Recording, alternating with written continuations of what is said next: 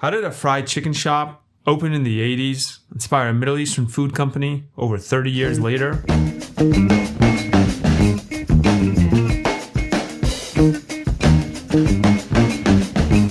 Our parents immigrated to the US from Palestine and Jordan in the 80s. After dropping out of college, our dad opened a fried chicken sub shop.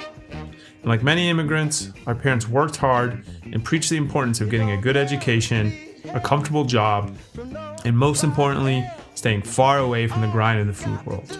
So we did all that. The five of us racked up degrees from Maryland and beyond, got jobs, but always had a bit of an entrepreneurial itch. And today, the business our parents didn't want us to start turns 5 years old. It all started back in 2016, with the seven of us trying to think of ideas to share our culture and love for hospitality before we settled on our childhood fave and the all-time Middle Eastern classic, the Za'atar Manouche. We chose Manouche because in our completely unbiased opinion, Manouche is one of the most iconic and delicious foods in the world. And that's why we set off on a quest to do one thing, to get the rest of the world to love the Manouche as much as we do.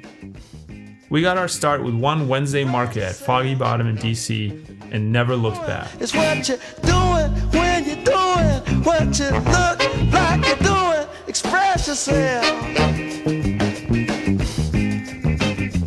Express yourself. They're doing it on the moon, y'all.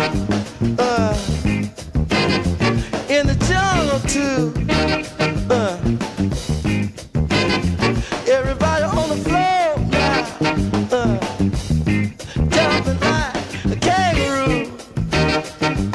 So let the We were so busy slinging Manouche in every spare moment that we didn't stop to think about how our little passion project was turning into something real. It was crazy to think that we had a business that was in some ways directly handed down to us from our grandma. And the more we saw how fulfilling it was to connect with people through our food, the more this felt right. So, after 3 years of hustling Z&Z on the side and daily messages from our dad telling us to stick to our jobs, we quit our jobs and made Z&Z our full-time dream. When we first started out, we had to store all of our extra stuff in between our parents' and grandparents' house, wherever we could fit it, which wasn't always easy. Eventually, we were finally able to move into a bigger space and dedicate ourselves entirely to making our vision for Z&Z a reality.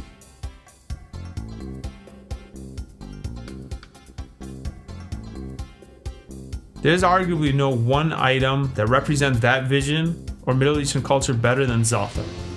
Za'atar is so symbolic and special and was always one of the constants on our table growing up. So it was really important for us to do it right and make sure that people came to know and love only really, really good Za'atar.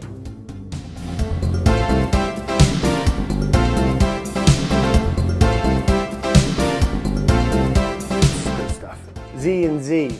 Za'atar. Oh. And we didn't stop there. No, not to space yet, but we are doing something out of this world. For the first time ever, our delicious Manouche is now shipping to your home.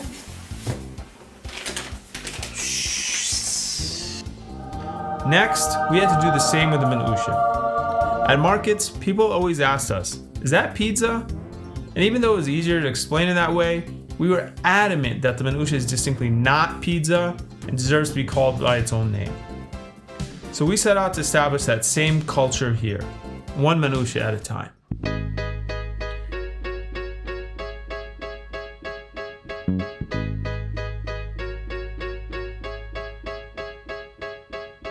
After years of perfecting our Manouche at markets, it was time to make sure we had representation in the freezer aisle and beyond. Since the start, this is what's been really important to us, making good quality versions of the foods we love available and approachable for everyone to enjoy. Thank you all for 5 amazing years. Now we can have our cake and eat it too.